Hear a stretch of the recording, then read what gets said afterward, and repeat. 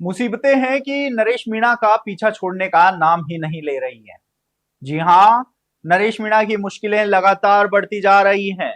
विधानसभा उपचुनाव में देवली उनियारा से निर्दलीय के रूप में विधायक की ताल ठोकने वाले नरेश मीणा ने समरावता में एसडीएम को चांटा मारा और इस थप्पड़ की गूंज ऐसे सुनाई दी कि नरेश मीणा को 8 महीने तक जेल की काल कोठरी में रातें बितानी पड़ी।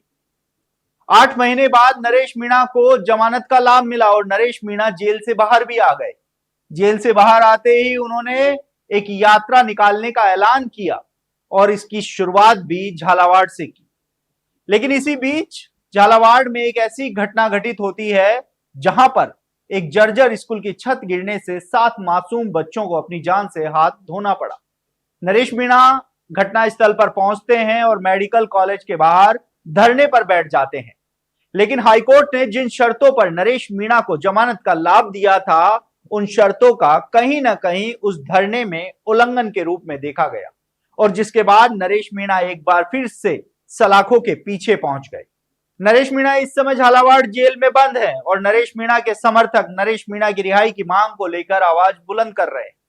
इस समय पूरे राजस्थान में नरेश मीणा के लिए 4 अगस्त को बांदीकुई में होने वाले आंदोलन में बड़ी संख्या में लोगों से जुटने का आह्वान किया जा रहा है और इसको लेकर जगह जगह पर पीले चावल भी बांटे जा रहे हैं। तो वहीं दूसरी ओर झालावाड़ में नरेश मीणा के समर्थन में एक विशाल जन आक्रोश देखने को मिला। बड़ी संख्या में लोग सड़कों पर उतरे और नरेश मीणा के समर्थन में नारेबाजी करते हुए उनकी रिहाई की मांग भी उठाई। तो वहीं प्रदेश के अन्य जिलों में भी नरेश मीणा की रिहाई की मांग लगातार जोर पकड़ रही है। आपको बता दें कि उनकी ओर से जब यात्रा का शुरुआत की गई थी तो इस यात्रा में भारी जनसमूह देखने को मिला। बड़ी संख्या में लोग उनकी यात्रा में शामिल होने पहुंचे और नरेश मीणा रातों रात ही राजस्थान में स्टार बन गए।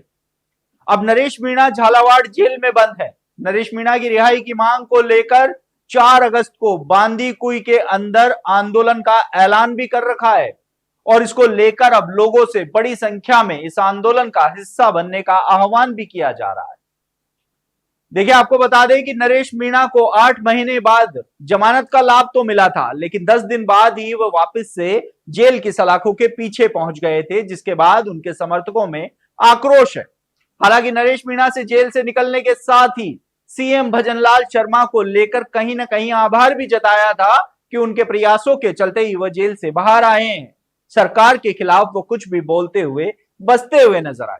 लेकिन अब एक बार फिर से जेल की सलाखों के पीछे पहुंचने के बाद उनके समर्थकों में आक्रोश है।